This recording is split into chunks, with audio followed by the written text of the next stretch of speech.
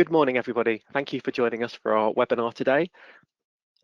Today we have a launch presentation on 3 exciting new products, and an overview of our presentation today is to do with complete Wi-Fi 7 network for high-density businesses and explaining how these 3 new products really help complete that solution. First, I'd like to introduce the presenters. I'm Alex Shuker, Head of Product and Technical Services at DrayTek UK, and with me today is our main presenter, Lukasz Waligorski, who is Product Specialist at DrayTek UK and very knowledgeable on the products we're launching, gets involved in the product launch, so is a really great person to be talking you through and introducing these 3 products today. Right, so the agenda for today, first we're having a brief introduction, setting the scene, explaining why there's the need for these new products, and then a review of the 3 products, looking at what each of them do and their capabilities and some kind of key features we have in those and some ideal use cases for each of the different products. Then we'll have a summary to wrap up on that, and finally we'll have a Q&A session.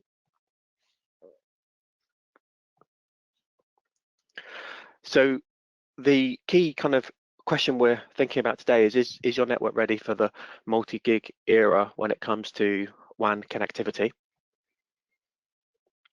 The kind of UK and also Ireland have seen the kind of DSL transition with FTTP, full fibre, often GPON based, being very widely available now. So that's something that's happened quite significantly around different countries in Europe. And now what we're seeing is a shift to as network operators are starting to upgrade those networks further and beginning to be able to offer beyond 1 gig capability.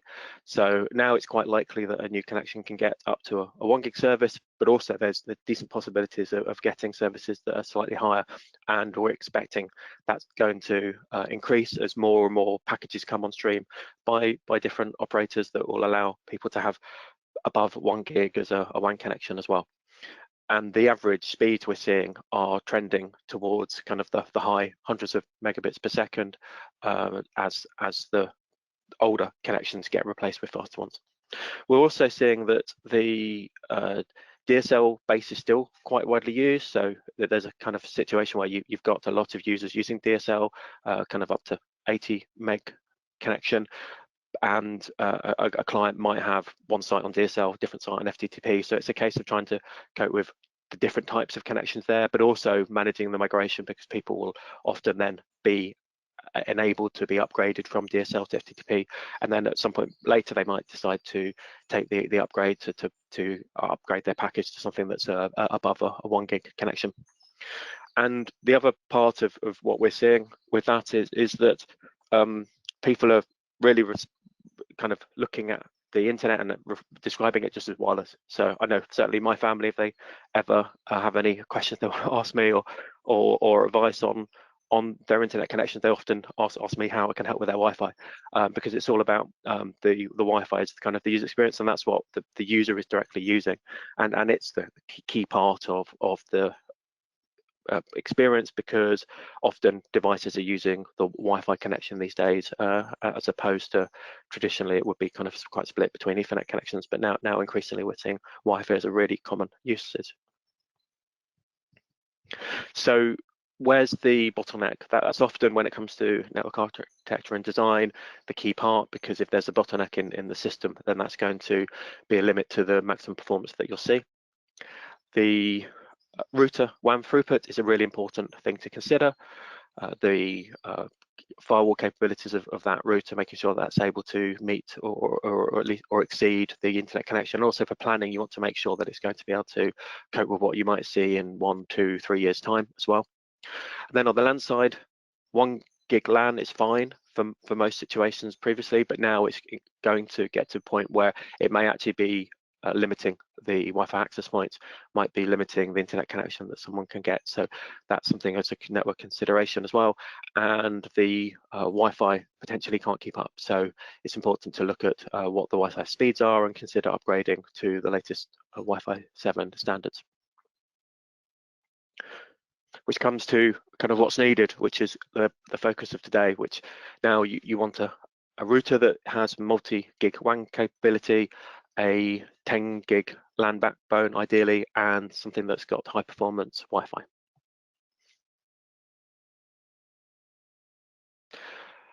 Which comes us on to Wi-Fi 7 as a really good choice for this. But with the high performance Wi-Fi, it's not just that, it also requires a high performance network. And I'll now hand over to Lukasz, who will be able to talk you through the products that we've got today and how that as a total package of fits together to help deliver a really great solution for your networking needs. Thank you, Alex, and good morning, guys. So today we are going to address the challenges that we have with the new high-speed connectivity that has been rolled out across the countries. And the solution is basically faster equipment, right? Because that's what can help with our internet connectivity, our local network, and the Wi-Fi. First of the products that we are launching today is the Vigor 2867 router. It comes with a great range of internet connectivity interfaces, from the very well-known DSL built-in modem to the very fast 10 gigabit Ethernet connection. So you can actually use the 10 gigabit Ethernet port to connect to much faster broadband if available. On the LAN side, you can also use the 10 gigabit dedicated LAN SFP port, and there are some additional LAN ports available as well. Not to mention, but it's important, the security Vigor Shield Jet Protection, which I'm gonna briefly cover later as well. But have a look first at the hardware, the physical options that we have available with the new product. So the usual stuff, the factory reset button, some indicators, and some USB connectivity for a thermometer would be useful for this hot weather. And then number 4, we've got the first one interface port that is a 1 gigabit port. Then number 5 is a built-in dedicated DSL for ADSL to VDSL connections. Number 6, which is 1.3, is the Ethernet 10 gigabit Ethernet interface, and then port 4 is the SFP Plus dedicated LAN port as well. You can notice that there is a combo selection here, 5, 6, and 7. So port 2 here, 1, 2 is for WAN purposes only. Port 4 is for LAN purposes only, and then port 3 can be set for WAN or LAN usage. And only 2 of the ports, P2, P3, and P4, can be active at once.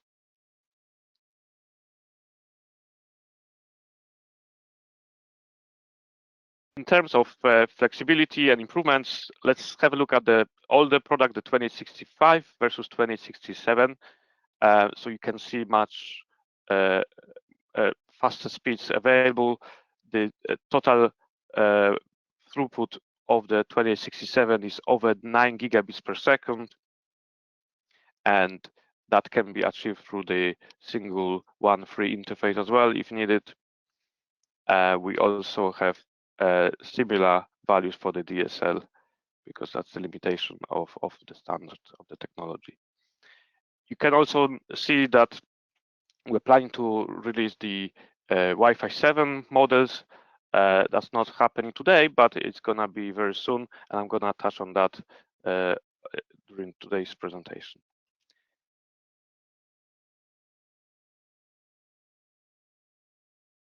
Why would you upgrade to the 2067? So again, we've got the list of the interfaces that has changed the heart of the system as well. We've got much faster chipsets there that can deliver over 9 gigabits per second. VPN performance obviously is much higher as well. Even the number of VPN tunnels has increased to 50. So that's a very strong set of features that you can use for faster connectivity. What's new as well on the market, 2867 is one of the first DrayOS 5 routers, and it's fully compatible with features such as IAM, URL, and IP reputation. You may have seen similar options available on DrayOS 4 routers. What's new on DrayOS 5 is the IDS, IPS like solution for security. We call it threat protection. I'm gonna give you some more details later as well. And the new router is fully compatible with Vigor ACS from day one, and we will have SD-WAN supported at some point as well.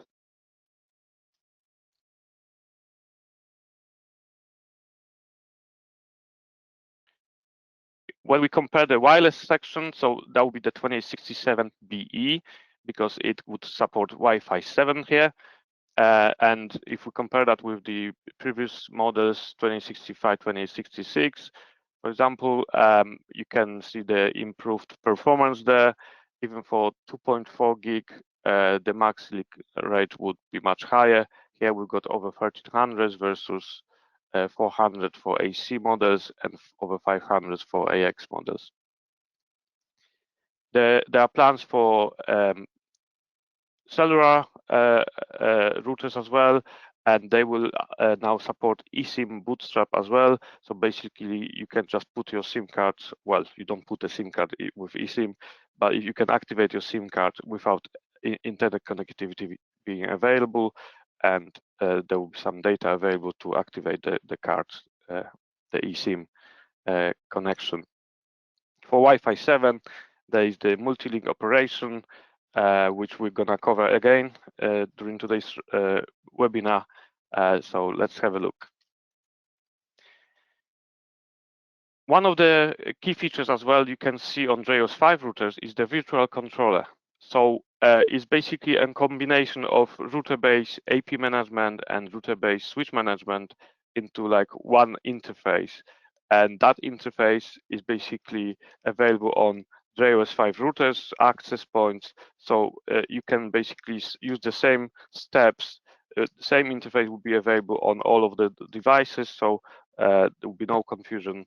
There will be the same order of the steps needed to add new devices for management purposes. That's for the local setup, and the 2867 can adopt 7 nodes because it will be working in AP root mode. Obviously, we're talking about the 2867 wireless models, and you can hardwire for better performance up to 19 access points in total to manage them in a so that's a different mode as well, AP management mode that can be used.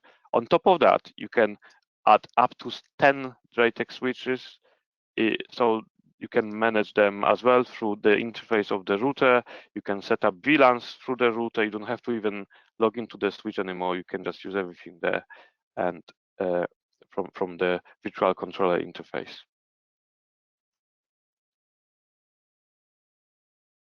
In terms of compatibility for the mesh, you can use the 2867BE model, and the latest VigorAP access points are compatible. For router-based APM, they're also compatible, and firmware version 540 should be enough to manage them. So some of the security features are available on DrayOS 4 devices. You can see URL IP reputation being added to the DrayOS 5 as well. It's a good solution for category-based filtering. You can filter the pages. You can allow some of the network, let's say, to access social media, and maybe kids, let's say it's school, they cannot access that because that's the policy of school. So that's what IP URL reputation allows you to do. You can block the whole network for specific websites, or you can unlock some of the computers or groups of computers That's all manageable, and a single license is only needed for that.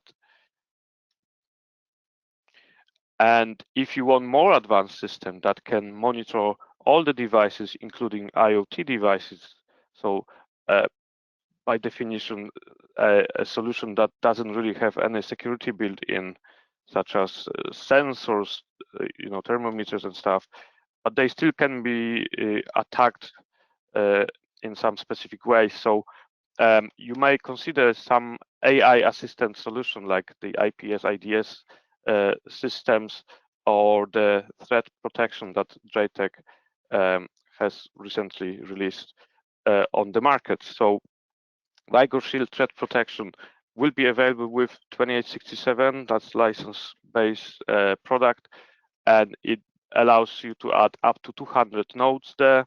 So local devices will be constantly monitor the traffic, and if something unexpected is happening, the system is capable of sending the packets for diagnostics, and then AI assisted system will then base its final decision on the traffic, if it can go through or not.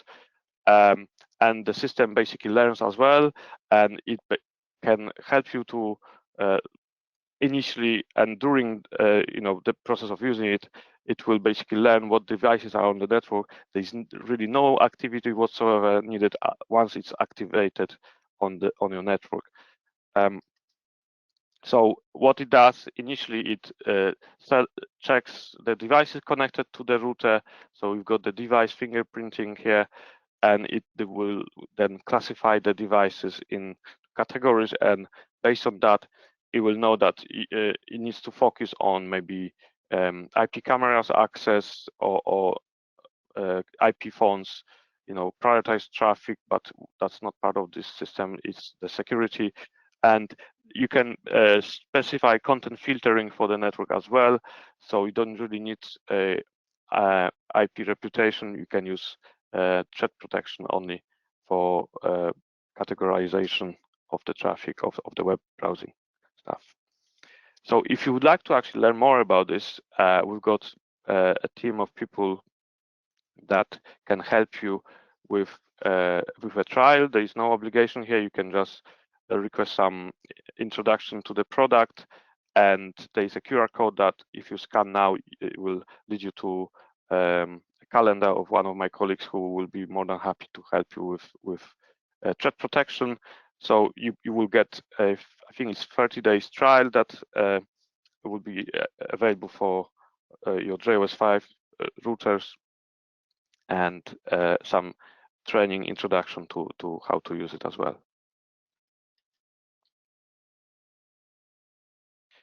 So back to the 2867, the flexibility is really the key of this product, because you can connect virtually any internet connection. And not only that, it can handle higher throughput, so it's future-proof product. You've got 10 gigabit Ethernet, our first of this class product that can handle 10 gigabit connections. So you got redundancy, it's a load balancer, so you can have your regular DSL for backup or main connection, then another connection would be fed through the second one interface, and all that can be distributed across the network using fast 10 gigabit, 2.5 and other LAN ports. Where would you use it? Virtually any SMB environment, from mid-size organizations like up to 200 employees, law firms, and other locations, hospitality. That would be a perfect solution for such places. Many businesses use similar products we have released with the branches and so on, because it's a great product for VPN connectivity as well. Most secure and widely available VPN protocols are supported for LAN to LAN or teleworker connections as well these days. Very useful stuff. And on top of that, the management part of the product is also quite easy. Vigor ACS is your friend. It's a license-based product, but at the end of the day, many customers told me they actually save a lot of money because of this solution. So have a look as well if you haven't heard about Vigor ACS on our website for the details. Now we move on to the heart of the network. So when we have our Wi-Fi 7 deployed, that usually needs a faster connectivity. So it's not only the router that can handle 10 gigabit, we also need the core of the network that can provide. So we need to make sure that there are no bottlenecks on the network. Hence the very first full 10 gigabit Ethernet switch we can see now released by the DrayTek team, and the PX2060 should answer most of the questions about deploying Wi-Fi, because if we connect a wireless access point, this router can provide the power and connectivity here. It comes with the 10 gigabit Ethernet and SFP ports, PoE++ up to 60 watts per port, with the budget of up to 140 watts. Should be more than enough for most internet local connections. So you can connect Wi-Fi access points such as the AP1070C. We will discuss that product in a moment. And it comes with many other features, including QoS. VLAN obviously it should be basic really for business class products, and it's obviously here as well. So let's have a look in details what this product can offer. As I mentioned, it comes with 4 10 gigabit Ethernet ports and 2 SFP+, so they also 10 gigabit interfaces for usually uplink connections. And the P stands for PoE, so this product also offers that PoE connection through the Ethernet ports. And why would you upgrade to the 10 gigabit? Again, internet connectivity goes faster. Maybe in the past you recall that, well, in fact, we do use 1 gigabit switches for a while now, probably 10, 20 years even, and the internet connection wasn't so great. It was like VDSL. If some people were lucky, they could get a gigabit line. Now it's more common, and in the past, when we were having that VDSL line, 80 megabits per second, our LAN would support 1 gig. Why would that be?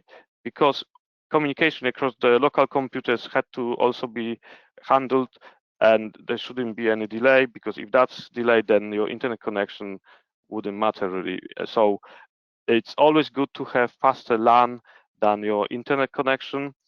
And here's the answer: the 10 gigabit switch that allows you to connect Wi-Fi 7 access points, faster servers, and so on the network. So everything goes faster as needed, and it can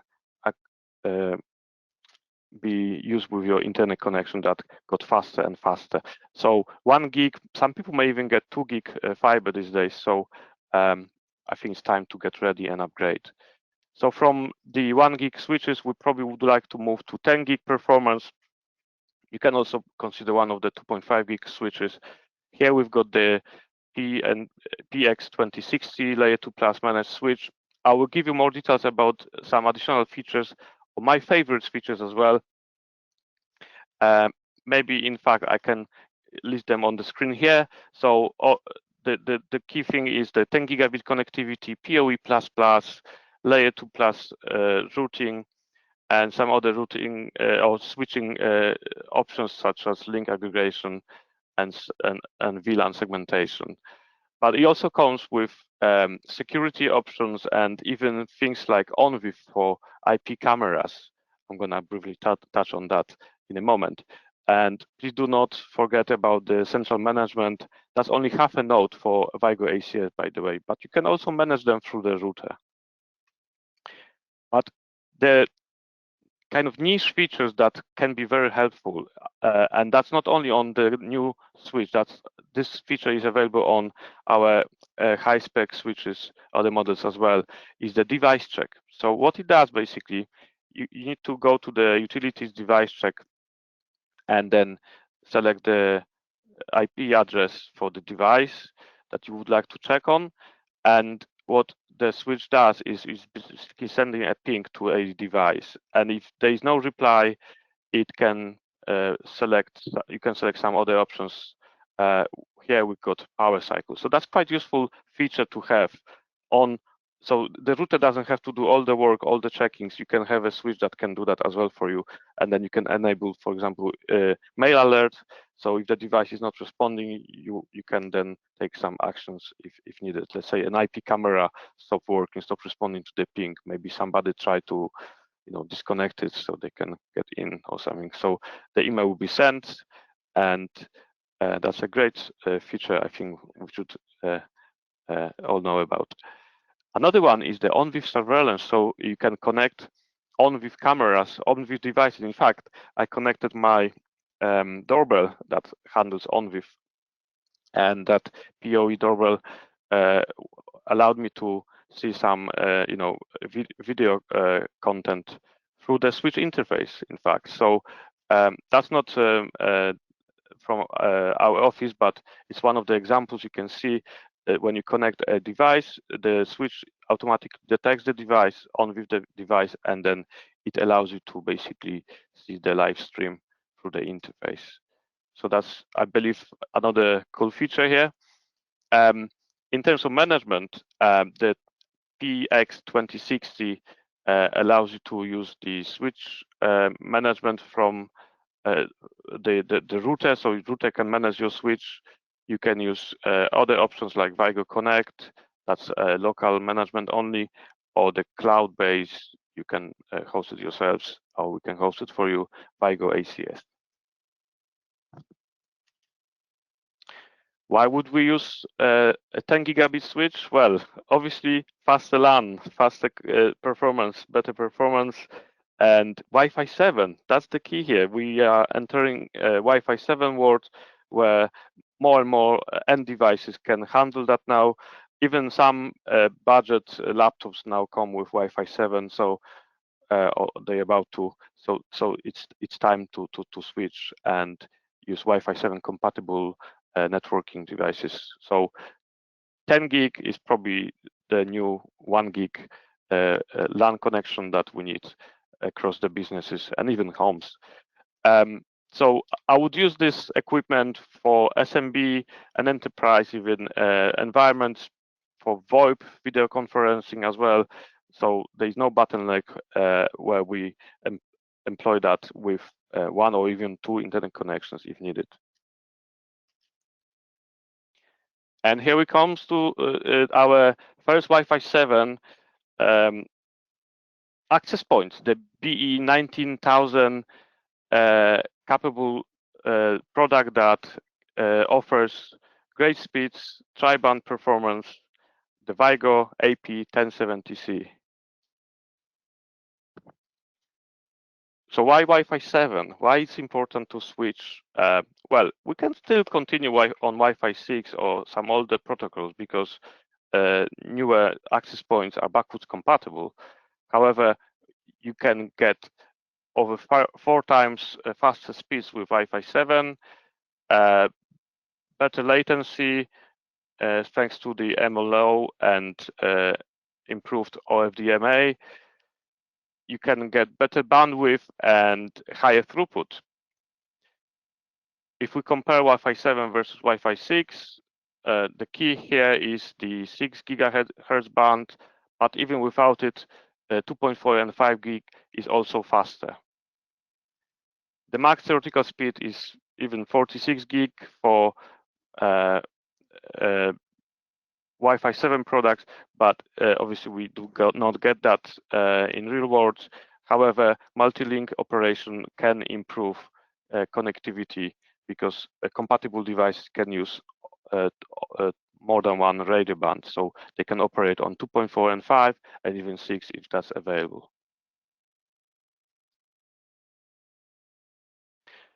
So let's have a closer look at the hardware we got to offer here. So the VigorAP 1070C is designed to be deployed on a ceiling. You can attach it to the wall as well. It comes with the factory reset button that's on the side, so it should be accessible when attached to the wall or ceiling. It's got a single USB port and a 2.5 gigabit Ethernet port. That interface is really to daisy chain to maybe yet another access point or another device. But the power that the device takes is from port 2, which is the 10 gigabit Ethernet interface, and it takes PoE power as well. So that's why we would recommend you to combine it with the PX2060, for example. There is an optional power input as well, and then number 6 here is the security lock. So the key features, again, Wi-Fi 7. It's all about Wi-Fi 7 here. It's a smashing product, BE19000, so that's 19 gig in theory. The total speed for the Wi-Fi connection, tri-band wireless is on board, so all three specs, all three radios are available. 2 interfaces, fast interfaces, 10 gig and 2.5. And the key features for Wi-Fi 7, multi-link operation and DFS, it's also mesh compatible. So you can see the speeds on the right-hand side where 2x2 client can achieve on different radio bands. If we have a client or multiple devices, so usually in business environments, we don't connect a single device, we have multiple devices, you can get speeds of over 11 gig in ideal environment, but even if we cut it in half, that would be a great achievement because it's much faster than Wi-Fi 6, not to mention Wi-Fi 5 and 4. So you can compare that with our previous VigorAP flagship, the 1062C. That was a smashing fast product. It still is. However, in terms of improvements on future-proof solution, the VigorAP 1070C can handle 6 gigahertz radio band, which gives you over 11,000 megabits per second. Then the 5G and 2.4 are also much faster versus the previous product that's still available. So the ideal use cases for this product would be anywhere really that density matters, speed matters, performance. So Wi-Fi 7 products can be powered by PoE plus or plus usually because they need more power, but they provide better performance. More clients can be connected as well. Up to 512 devices can be connected to this access point.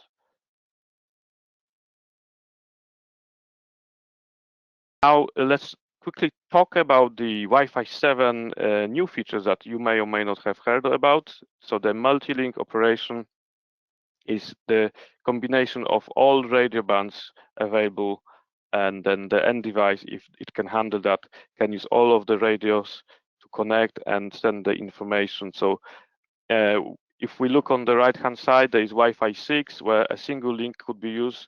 So we would connect over the 2.4 or 5G. With Wi-Fi 7, MLO can be in place, and all 3 radio bands can be used simultaneously to enable faster speeds, lower latency, and basically more reliable connections. So that's really the key benefit of Wi-Fi 7 that I would definitely use myself when connecting to such product. The other options that other features of Wi-Fi 7 are the modulation. So it's great improvements as well from 1K to 4K. So that again improves the performance. You've got the higher throughput, and even 8K streaming shouldn't be a problem for that connection. We've got enhanced OFDMA, so you can have multiple resource units being used for a single user versus Wi-Fi 6 that was a single resource unit used for that standard, so it couldn't utilize the technology in such a way so that it would improve basically utilization of the time and radio band available.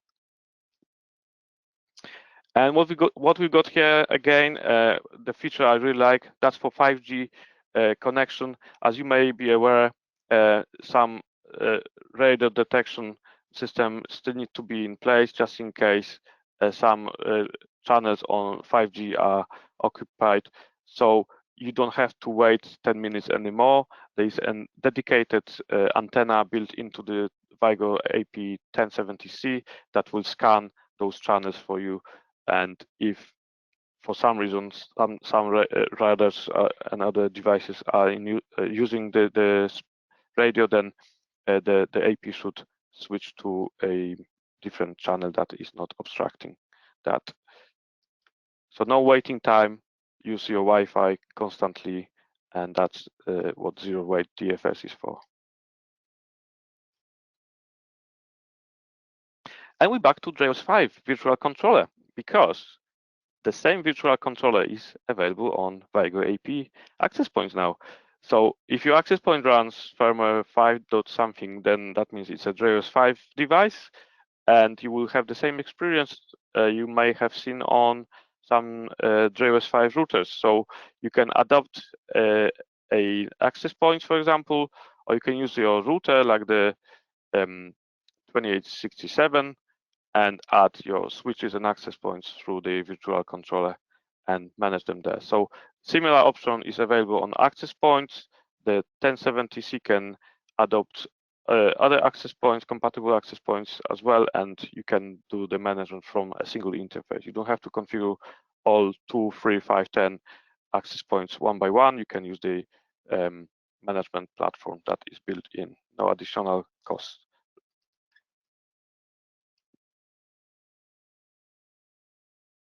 So virtual controller, you have different modes available, guys, and then the mesh is probably the most common these days. I mean, in terms of marketing, so you can connect wirelessly located access points, DrayTek access points when out of the box, connected to the power and no Ethernet. They will be in mesh AP mode, and they'll be waiting for adoption basically. So if a mesh route is scanning around and they can actually talk to the APs, they will be able to adopt them straight away.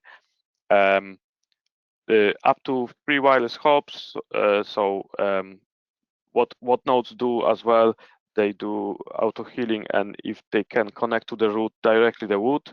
If there is no signal available, they would connect to the nearest node, and then we'll use that to kind of bridge to the route as well, and provide access to the internet. The other mode for virtual controller is the AP base, so AP base management. So your access point here can have that, and it can adopt hardwired access points. Bear in mind, mesh hardwired devices are also supported, so you can have wired nodes as well. That's also compatible, and I would recommend that for performance purposes. But if you want to use a IP-based management, no mesh, that's absolutely fine as well. Up to 50 devices, in fact, this AP can handle 50 access points can be managed as long as they all hardwired. And final option that's only available on the routers, obviously, because it's a router-based AP management. So whatever you have just seen above is available on routers, and you can also have configuration sync, AP monitoring and maintenance, roaming and load balancing as well.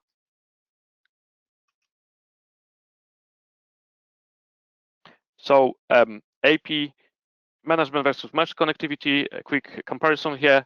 You've got centralized management for both options, wired AP uplink supported as well by both.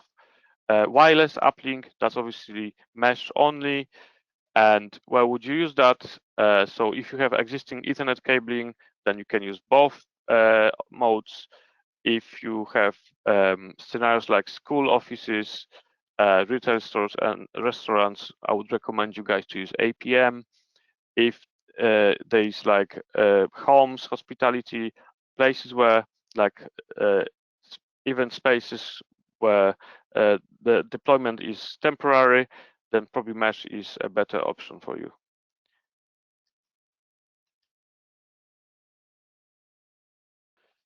In terms of compatibility, you can find this list on our website. So mesh flexibility deployment is a good thing for you guys when setting up a mesh route on any of the access points, and most of the modern access points are now compatible with each other. For mesh route purposes, on the DrayTek routers, they can adopt most of the recent access points. All the products like Wi-Fi 4 are not necessarily compatible. And then AP management base, most of the products are compatible. And then for router base, again, most of the products, including the older access points, can be managed by the router. So router base AP management can visually handle any DrayTek access point. Not only that, you can also use Vigor ACS, the management system, Vigor Connect. For this particular product, it will be compatible once we got firmware updated. We've got wireless app as well. Not many people may have heard of it, but yes, there is one. You can use that to configure your Wi-Fi. So it's a very nice wizard there that allows you to go through step by step, configure the setup, configure the devices wireless on site, and you're done. So many options there, and that makes your time deployment time much shorter, because once you have devices installed, you can then configure them and then maintain the connections and the settings through remote access. Even Vigor Connect can be remotely accessed, but it's a local setup. So it's up to you guys really which one we choose from. I just would like to remind you guys, you can send some questions through the questions section of the GoToWebinar app. So please do. We have people answering those for you. And if we are unable to answer the question straight away because there are too many, we will follow up later. So any questions you got related to the products or maybe some other stuff, that's your opportunity as well to ask. Okay, so we reached the summary, and this is where I can actually give you some SRP pricing. All of the free products we discussed today are available from today, 24th of June. The pricing you can see on the screen, and all the product details. You can go to the draytek.co.uk to find the product specification as well, and the product details, EN numbers, and so on.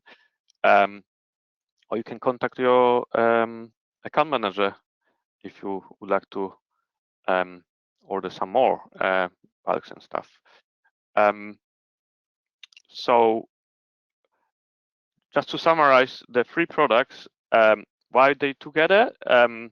I believe they are a great match for Wi-Fi 7 deployment. You can have multi-gig internet access. Hopefully that's available now to most of the sites. If not, DSL that is supported out of the box by 2867 or any other internet connection can be plugged into the Ethernet port of the 2867 router. You've got VPN connectivity and great selection of security. Speaking of which, some of you might have asked about the threat protection QR codes. So I think we can have that on the next slide in a moment. For the PX2060, again, faster connection. We need that 10 gigabit backbone these days. So the 2060 should address that well. For PoE++ power, that's actually a good solution as well, because we can then power up the VigorAP 1070C or any other Wi-Fi 7 access points, or any access points, in fact, IP phones and so on, IP cameras. so there will be no wired bottlenecks on the network. And finally, the 1070C, the Wi-Fi 7 connection available. It comes with the 6 gigahertz radio performance, high density wireless. So that's really the key features here that address any performance issues one may have. So fast internet, fast wired network, and then all that provides us with the fast wireless connectivity. So when people ask, why is my Wi-Fi so slow? We need to split it into segments. So first of all, do we provide Wi-Fi 7? Yes, we do. Do we provide fast LAN connection? Like, let's use PX2060. Do they have fast internet connection? If they don't, that's fine. If they do, that's even better because we can use 2867 for both. Or we can use for redundancy purposes or backup failover the old DSL and newer fiber from any provider that is available. So it's a load balancer. It can handle more than one internet connection at the same time. So I've got the slide for you guys who are interested in a free 30-day trial of the very powerful AI security product, the Vigor Shield Threat Protection. I'm gonna leave it for a while, and I think we're gonna have a questions session shortly after, in a minute or two. I don't know if Alex, are you still there?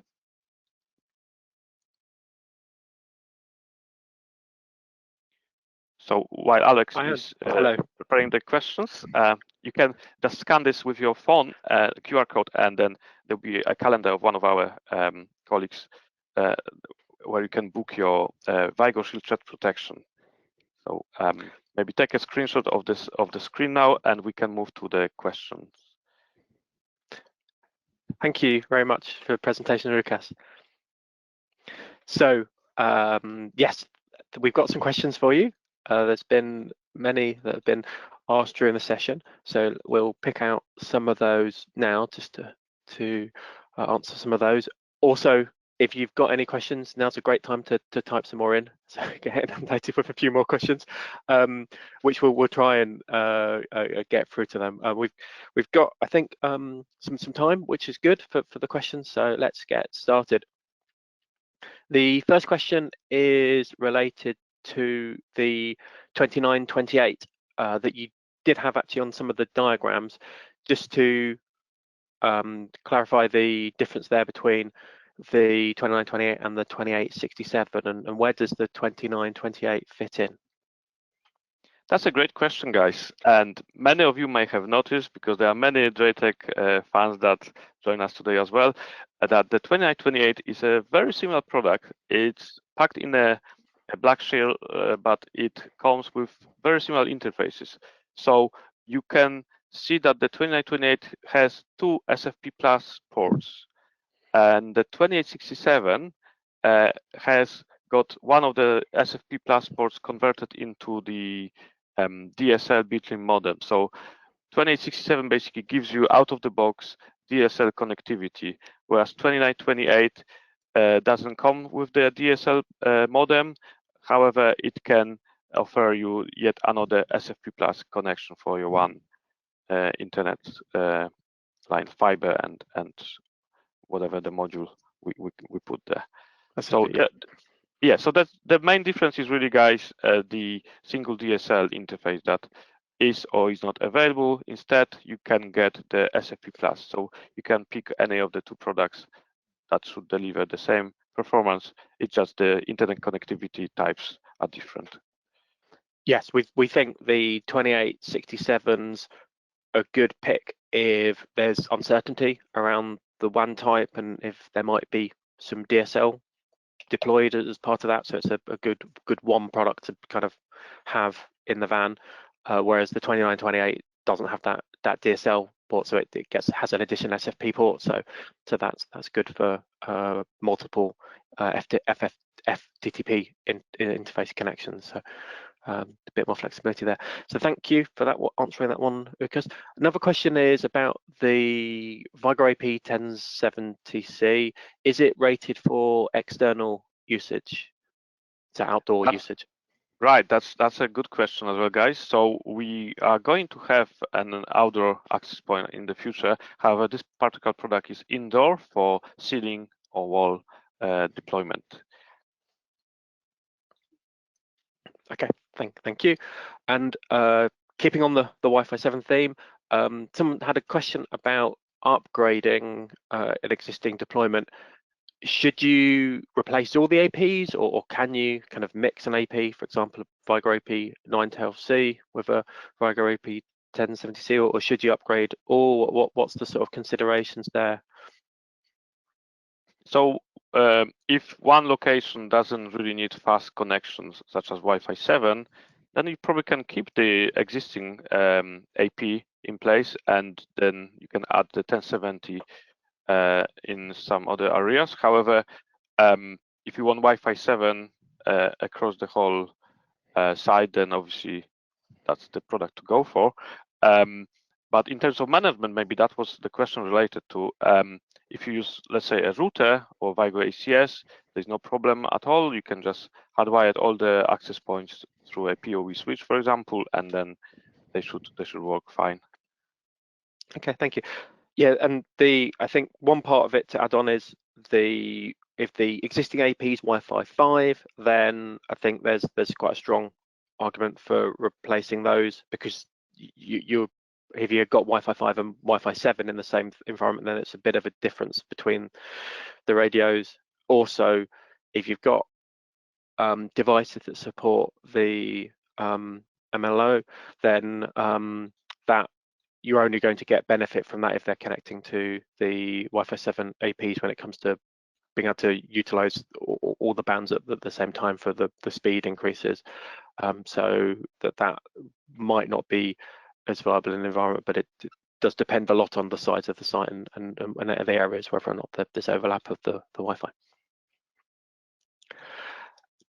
Another question is about SSL VPN. Is SSL VPN supported on the models? It's a question that's come in.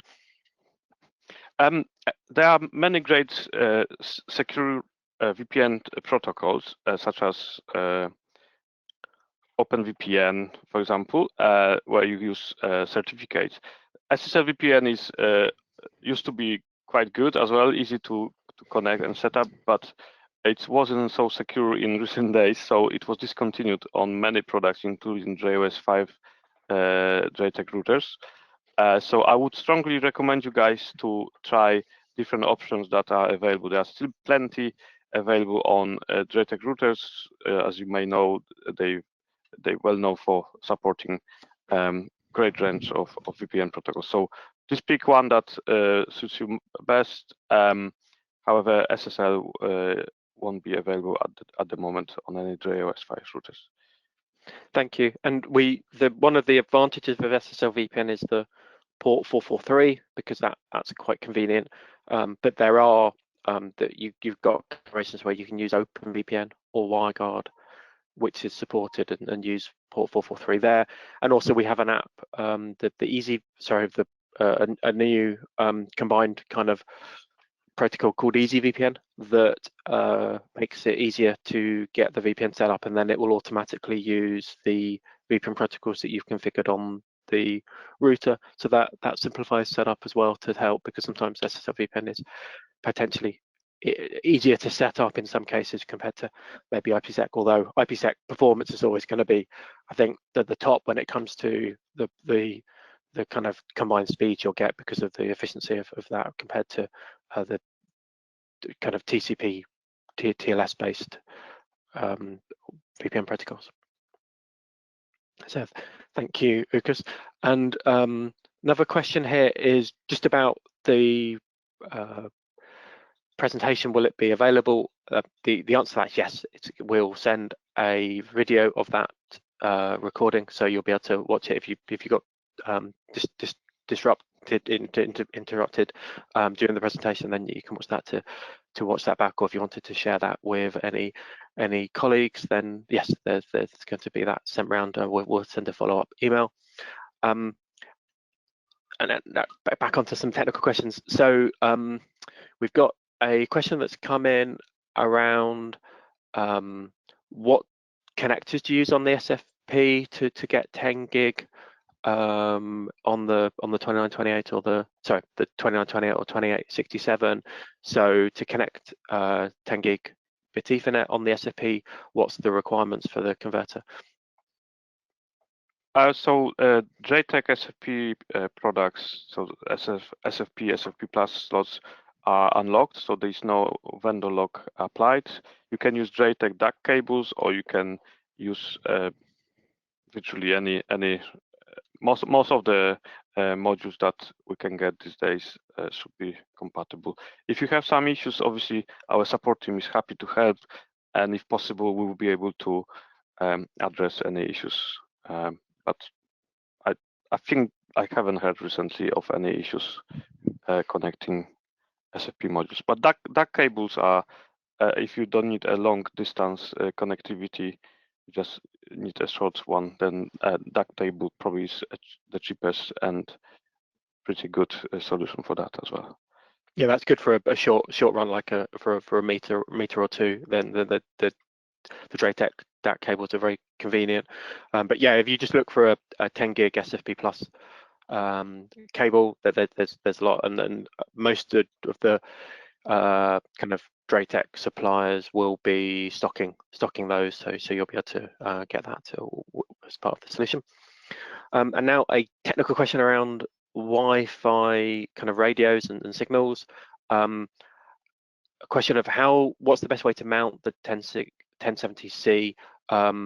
If it's mounted on a wall, how will the radio propagate compared to if it's mounted on a ceiling? Can you describe the pattern of how the radio propagates out from that AP?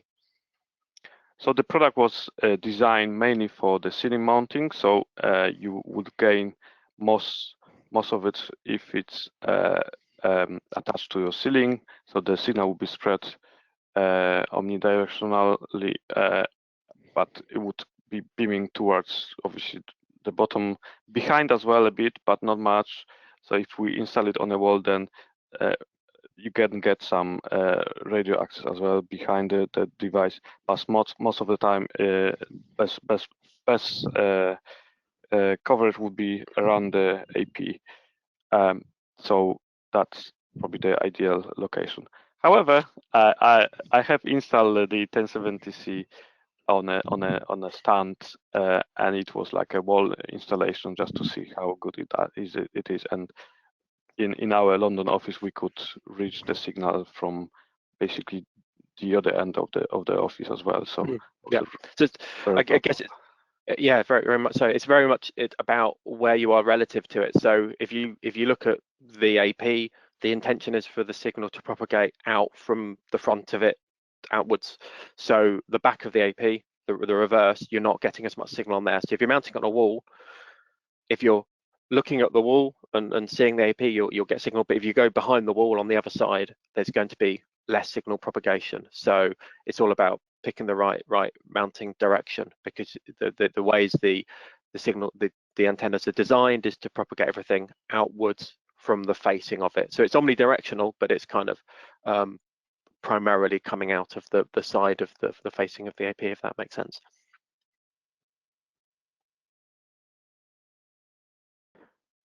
So another question about actually the first question, I guess, about our switches is, are there other kind of 10 gig switches that are planned? For example, is there going to be an 8 port equivalent planned in the future? I believe Alex can provide us more details about that. However, before you may actually have seen the 10 gig switch. It's not the first 10 gig switch DrayTek released. We've got FX2120, and this particular model comes with all SFP plus interfaces, and there are 12 of them. So that's a pretty good core switch for such setup. Like you have to add more switches and other devices to the network. FX2120 is your friend. If you need Ethernet version, the PX2060 is one of the first. If you need more Ethernet solution, 10 gig solution, I hope Alex can help with that. Thank you. Yeah, we do have other ones planned, but we don't have any announced yet. But it depends on stock, but we're expecting we will have some other products launching later this year in other port densities to add on to the range as well. So if you're looking for something that's kind of 8 gig, then yes, 8 ports, sorry, then watch this space. That's going to be coming, but we don't have anything formally announced yet. So nothing that I can share right now, I'm afraid. But actually, I think the time's come up to 11, so probably good for us to wrap it there. Thank you, Lukasz, very much for your presentation. Very informative, and thank you everyone for attending today. We hope you found it useful. Please leave us some comments and let us know if there's any other content you'd like us to cover as we're planning the rest of the things for the next few months. But thank you very much for attending, and thank you, Lukasz, for the very informative presentation. Thank you, guys. Have a good day.